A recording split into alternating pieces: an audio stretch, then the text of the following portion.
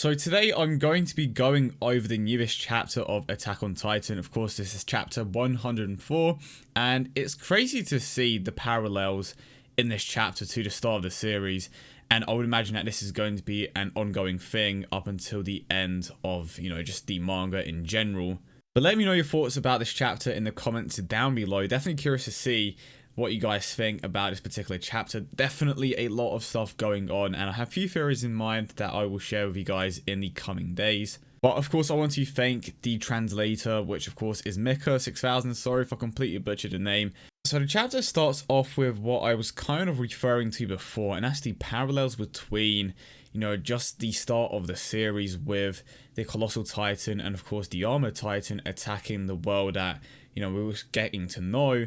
And now we can see basically a child just getting hurt in the midst of all this travesty, essentially. And of course, on the second page, we have just a better shot of Armin in his colossal form. So nothing too crazy, but the transformation alone was more than enough to just blow the ocean in the complete opposite direction. And obviously, he managed to obtain his power quite a few chapters back. But it's just crazy to see how much destruction this Titan is actually capable of. And obviously, as we're moving on, we can just see the force that transforming into the Colossal Titan can generate. And this is the exact scene or one of the scenes that I was referring to, and of course the parallels between the start of the manga and the point that we are at now. And he is basically talking about how Bertolt must have felt when he was doing this to their homeland, essentially. And it's just crazy to see how what they suffered at such a young age is now what they are, inflicting on their enemies. And if I'm not mistaken, this is actually where the previous chapter ended. Of course, you have Jean trying to take out the Car Titan. And as we move on, we can see that, of course, we have Gabby getting a bit more involved in the story. And you'll see later on in this particular chapter that she starts to reflect a lot of Eren's emotions that he obviously felt at the start of the series. I'm curious to see what he does after this particular point, because a lot of stuff went down. Again, like I said, I have a few theories as to what they are trying to achieve, but I will say that for, just a different video. As we move on, we can see that Jean did miss, so the Cart Titan is still kind of there. Obviously, as you can tell, she isn't in the greatest condition right now, but the main target is to try to, at the very least, obtain Cart Titan power, or just immobilize her completely. So as we're moving on, the chapter gets crazier and crazier of every single page. But toward the second half is where things start to really pick up, and that's where you kind of start to realize, okay, there is some sort of plan here. They are clearly trying to achieve something, but I would imagine that the second time that they obviously get into a fight, it's going to get a bit different. They weren't prepared this time round, obviously the exact same way that they weren't prepared for the Titan attack at the start of the series. In this particular page, we can see that Falco and Gabby are trying to save the Car Titan, and Eren is still in his Titan form. I believe that this is the third time that Eren actually transformed, and of course this is his current limit that we know of, but he's really trying to push it to the limit right now. And here we see a bit of action between Eren and the Jaw Titan. Of course, Mikasa is getting involved as well, but right now the Car Titan, and of course we have Eren as well, with a bit of help from Mikasa, but it seems like in this particular picture, the Jaw Titan just completely bites Eren's hands off. And that's when he kind of, as you're going to see, kind of gets a bit of an idea. It kind of seems like Eren is getting overwhelmed right now. But then he realizes, wait, this guy is actually pretty damn powerful. He has an incredibly powerful jaw. I mean, as the name suggests, the Jaw Titan. And as we saw in the previous chapter, he was trying to eat the body of the Warhammer Titan, which ultimately doesn't work out because, of course, she is crystallized. Of course, Mikasa mentions that this is different from Ymir's Titan. Eren points out that this is like the true power of the Jaw Titan. And before we get into some of the craziest stuff in this chapter, we just have a bit more of the parallels between obviously Gabby, Eren, and I will be going a bit more into that in a few moments. We have Gabby, we have Falco as well. So they actually briefly mention Reiner here. Of course, Falco was with Eren and Reiner before he transformed.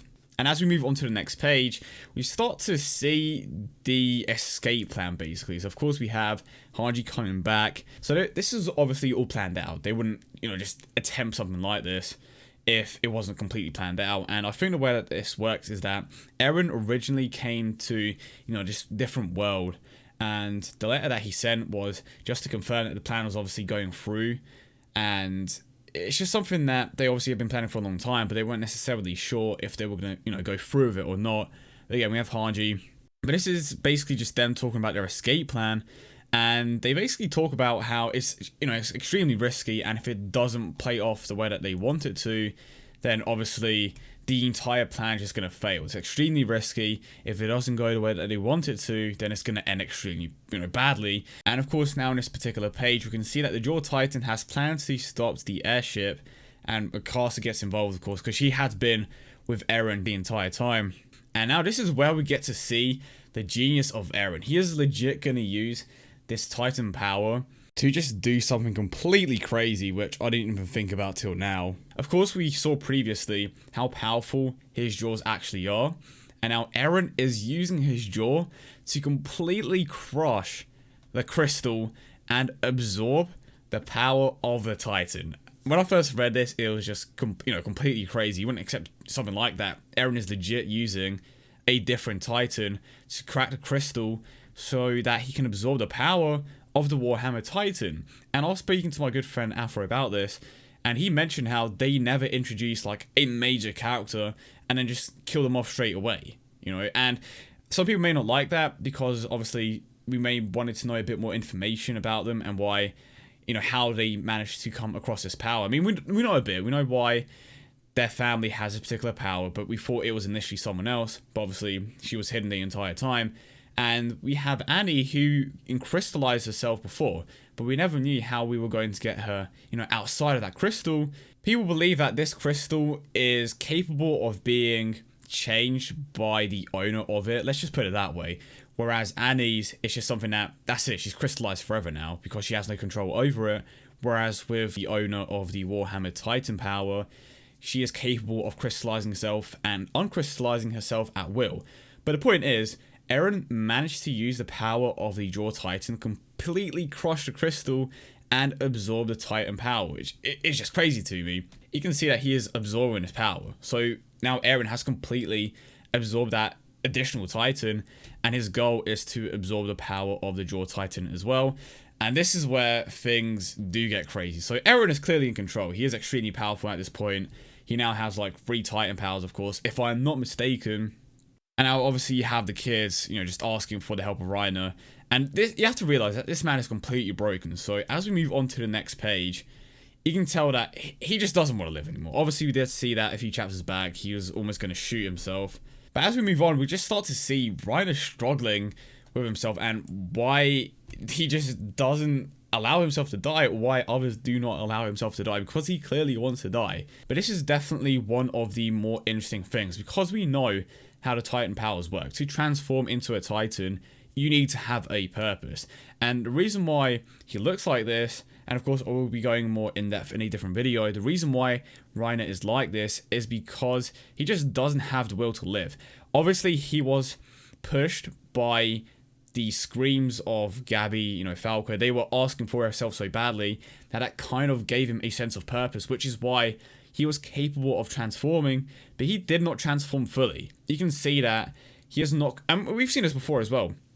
Obviously with Eren, there have been certain instances where he hasn't transformed fully, but the exact same thing is happening with Reiner here. He doesn't have that great of a sense or a will to transform that greatly because he kind of wants to die. He has a great conflict within himself, and that is present in his current Titan form. His body is not covered in the normal Titan armor that we are used to. And obviously here we have Eren just throwing a fist right at him and just completely blows him away. Like, he is completely outmatched. This is not the Reiner that we are used to. This is not the Reiner that we saw just in Season 2 for reference. He's clearly broken. He has the backing of Gabby and Falco, but for the most part, he just has no sense of purpose. He doesn't feel the need to transform, which is why his Titan form looks like this. It's an incomplete transformation, basically. Those cries for help are what push him to transform. And I know a lot of people are kind of going to have issues with that because it was stated before that you kind of need a sense of purpose, a will to live to transform. But we still have to take into account that he got extremely close to Gabby and Falco. that obviously those cries for help were more than enough to motivate him to transform, at least partially. It didn't, do much at all. But now this is obviously where Eren is out of strength. That was his third time transforming. They still did not manage to take out Reiner. And now this is one of the more interesting things to me. How long has Eren actually been away from home for Mikasa to be so adamant on bringing him back? And this is kind of going to go back to what I was saying before about the whole parallels between Eren and Gabby. So right here, as you can see, she says they cannot escape, I'll kill them all. Obviously Eren had no choice in letting them escape because they just vanished in an instant. But I will kill them all part is just extremely reminiscent of what Eren used to say all the time. Obviously he has matured since then, but we can still pretty much assume that he wants to just annihilate all of his enemies. But to me, Eren just seems gone. He just doesn't seem like he's there anymore. He knows that he's going to die. He obviously has a plan. But he himself, he just isn't the Eren that we currently know in the anime. He just kind of loses it after a certain point, which makes sense. Knowing that you are going to die, I would imagine that he had a few visions thanks to the Titan powers, because there is a connection between every single Titan, and the memories are passed down like a chain. And I would imagine that he has seen a few things, especially when he touched Historia, or Historia touched him, that we haven't seen yet, that is relating to what is currently happening right now. But you can definitely see certain parallels between Gabby and Eren. And now onto the last page, we have a potential successful escape, or we have a counterattack, but we still haven't seen Levi or Zeke, so I'm definitely curious to see how that is going to play out. I would imagine that Zeke is still alive because he is too crucial of a character to just take out like that, but then again, this manga is just full of surprises. But this was a crazy chapter, so much going on. We have the start with Armin, and of course the little kid, just showing how they personally felt at the start of the show / manga. Towards the middle, we get a few more interactions between, of course, Gabby and Falco. We see Reiner struggling with having a sense of purpose. He just wants to die. We have Eren absorbing the Titan powers. So this is definitely getting crazy, and it's just so unpredictable.